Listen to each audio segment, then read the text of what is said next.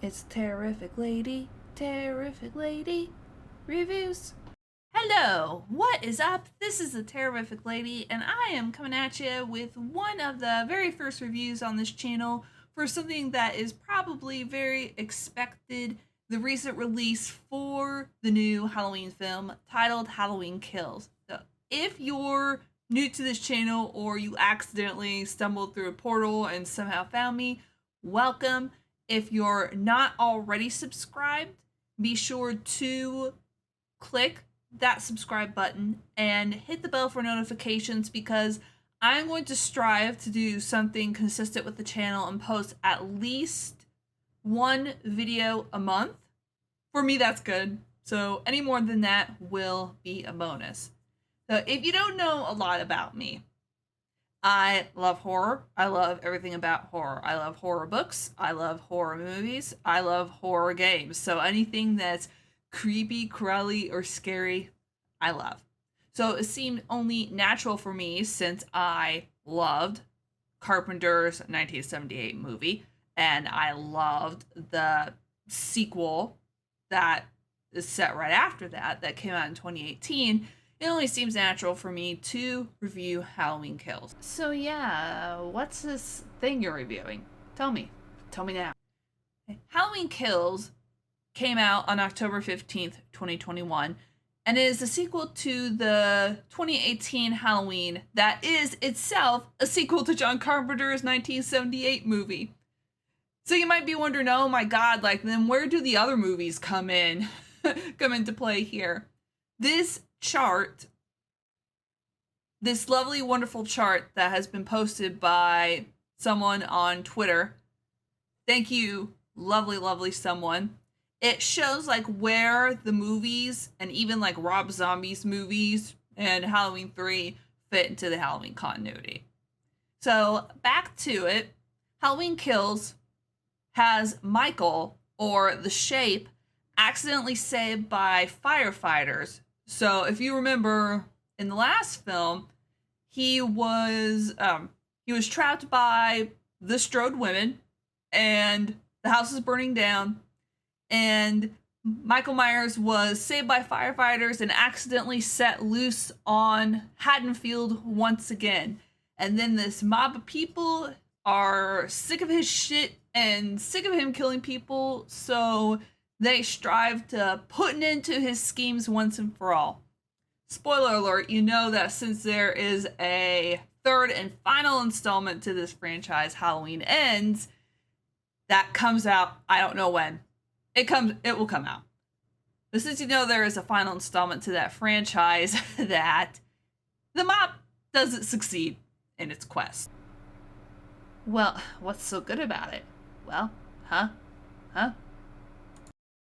Now, there were some things that I really enjoyed about this movie. For instance, they did some flashbacks to 1978, where the Haddonfield Police Department were hunting down Michael, and that mainly focused on Sheriff Hawkins, who you see just pretty much as the older, kind of more seasoned person in 2018, who is again also trying to stop Michael Myers. Those flashbacks were excellent in the way they looked, and the way the people looked, and the way the environment looked, and the way it was filmed. It was all excellent. And in connection with that, I really like the fact that in this version, Halloween Kills, that they got the actors who actually played Little Lindsay Wallace, Lonnie, the bully who bullied Tommy Doyle, Marion, the nurse who Michael Myers like grabbed by the hair and kind of forced out of the car, the guy who played Sheriff Brackett, and the character of Tommy. He was in the 1978 film. For all of the people except Tommy, they got the original actors except for the character of Tommy, who was played by Anthony Michael Hall. Now, Anthony Michael Hall, I thought that he was really good in the role portraying an older Tommy. Spoiler alert, he had a bit of a touching moment in the hospital with Lori whenever he told her that you took care of me and protected me all those years ago, and now I'm going to take care of you. That I thought was just really good. He was good in the role. Also, the music was really good. The way that it was scored And correct me if I'm wrong, but I think that John Carpenter had a hand in scoring the music for this movie as well. He did with his son in for the 2018 version. But the music was really good. It took me back though, back in time, the 1978 version of Halloween. So the soundtrack there was a nice touch. And speaking of 1978, James Jude Courtney, who played the Shape, he did an excellent job of embodying him. I mean, the look, the movement, the lumbering, like scary kind of stalker who you have to look back over your shoulder just to make sure that he's there. He embodied all that. He embodied just pretty much the movements and motions of pure evil. Now, there were a couple of times in the movie where his mask was forced off and taken off, and you could kind of see his face, but not really. I like how they obscured his face or shot it from these different angles because it further lended itself to the fact that they're trying to dehumanize him. Because throughout the movie, people kept calling Michael it. They weren't calling Michael he. So choosing to not focus like on his face further dehumanizes him, and I really like that. But kind of going back just a little bit, I don't know if they used Nick Castle, who played the original Shape in 1978. I really don't know if they used him to do those kind of like side, like kind of facial shots. But either way, the Shape was good. Liked him.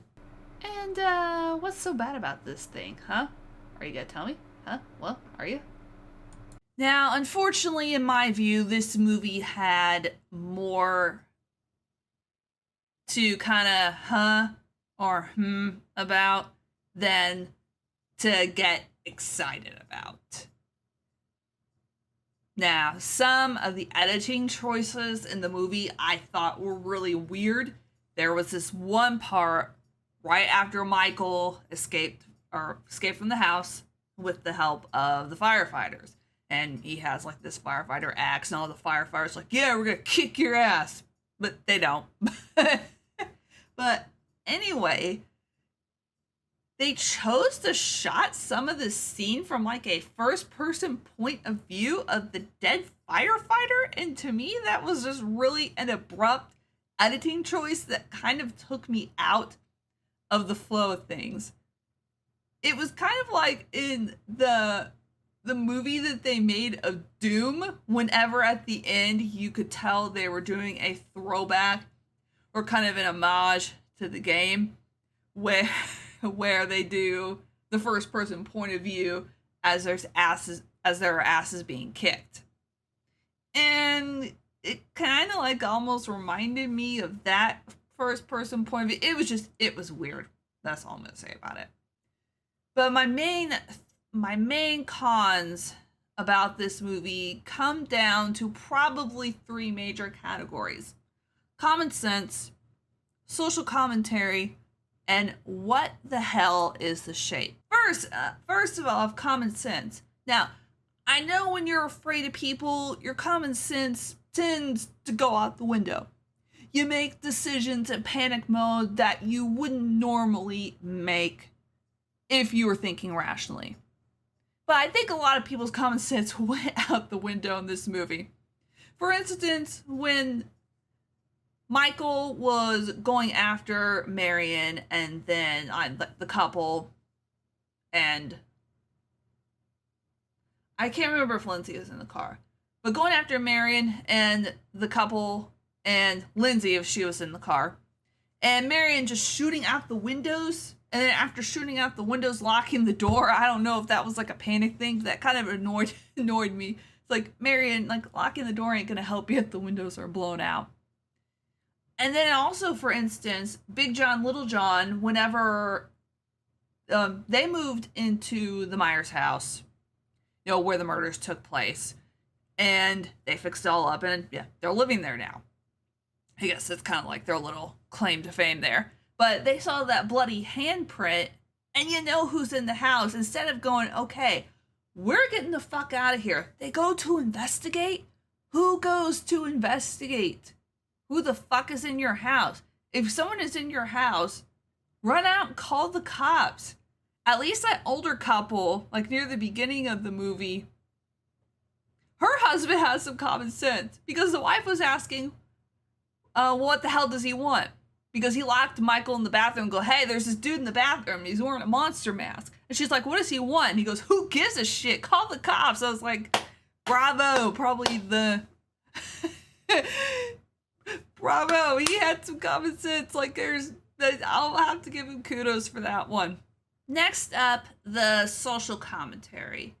Now, this is not me trying to trash social commentary in horror movies, because a lot of horror movies have social commentary in them.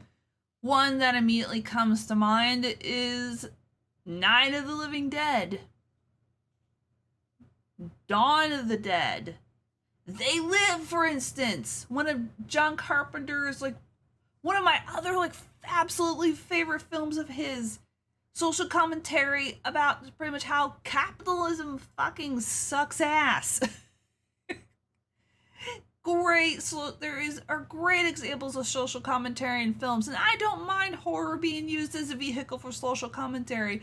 I never have, but I felt that in Halloween Kills, it fell flat.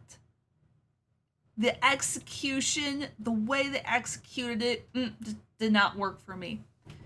So what they tried to do with the social commentary in Halloween Kills is they tried to explore the effects of mob mentality and how people actually act when they're afraid.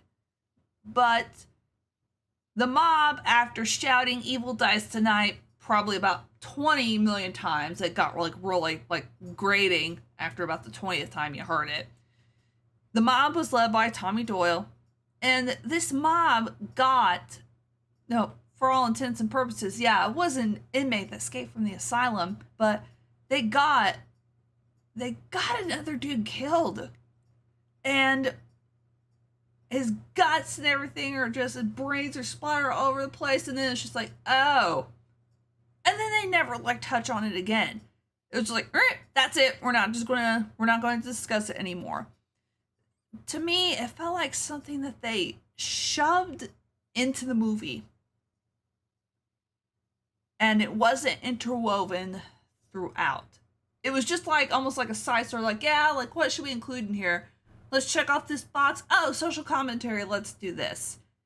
I would have appreciated it if they explored the effects of the mob mentality, just a little bit more, made it kind of like an underlying theme, just about how Michael, a monster, is turning these people just into monsters themselves. That would, chef's kiss, they blew a huge opportunity there.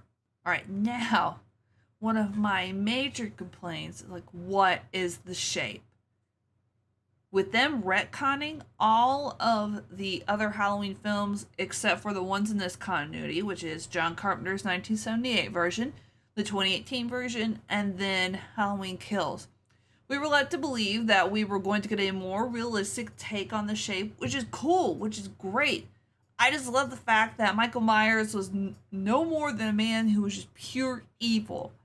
And with Halloween Kills, I kind of feel baited and switched, because it honestly makes me wonder why the movies were retconned to begin with, because this fucker, he seems supernatural to me. So let's go recap the injuries that he received in this film. He received no injuries from the fire hose that was pointed at him by the firefighters, and fire hoses are pretty high pressure and they can injure people. In the first one, he was shot in the face and his fingers were cut off. In Halloween Kills, he was hit twice with a bag of bricks, stabbed with a pitchfork, stomped on in the face and in other places. He was hit with a bat, wood planks, crowbars, shot 6 times, and he was stabbed in the back. All this was mainly by the mob. And even after all that, he was able to kill all of these people. Just come on.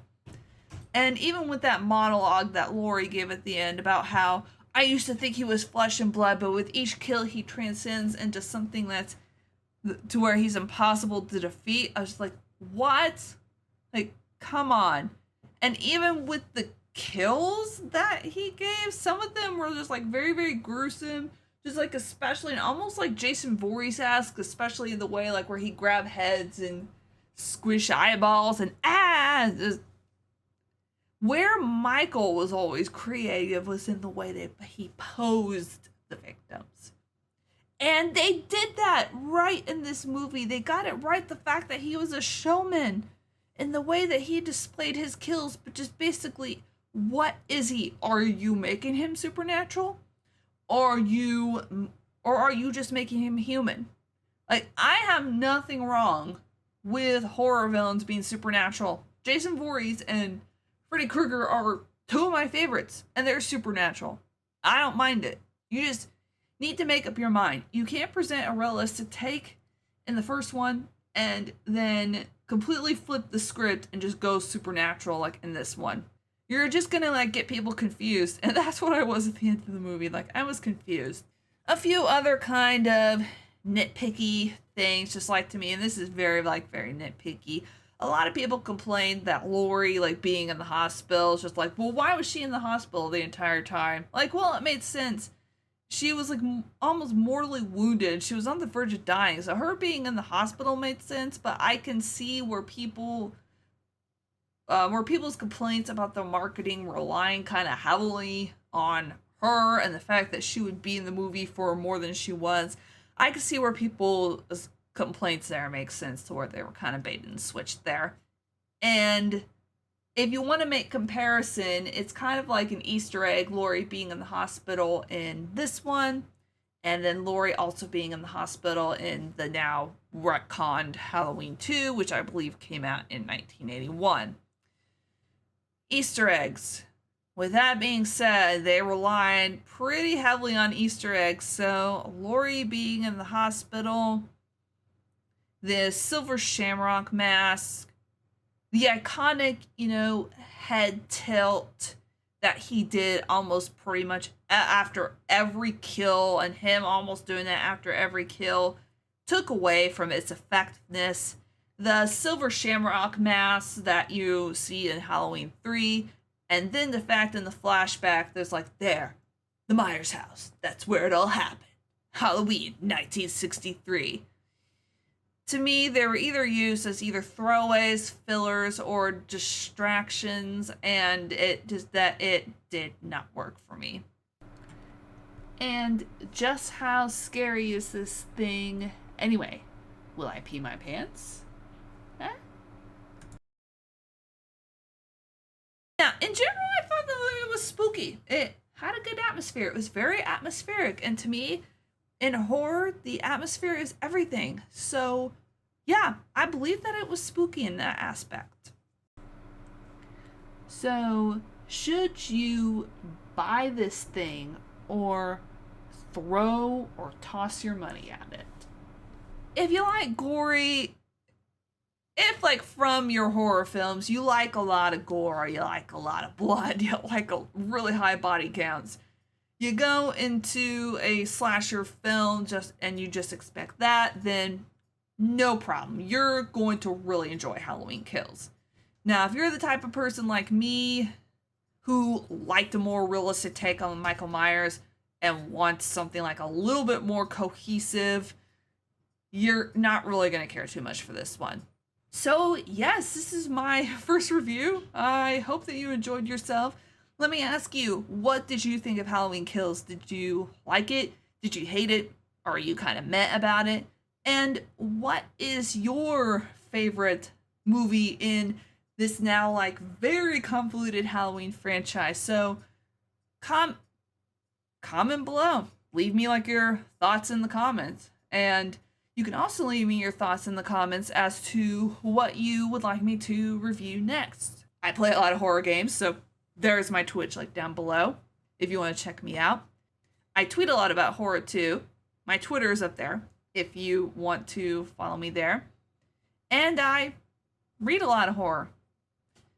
And I watch a lot of horror. So leave me your comments below and let me know what you would like me to review next. So So, until next time, stay terrific, everybody, and have an awesome, spooky day. Stay terrific, everyone.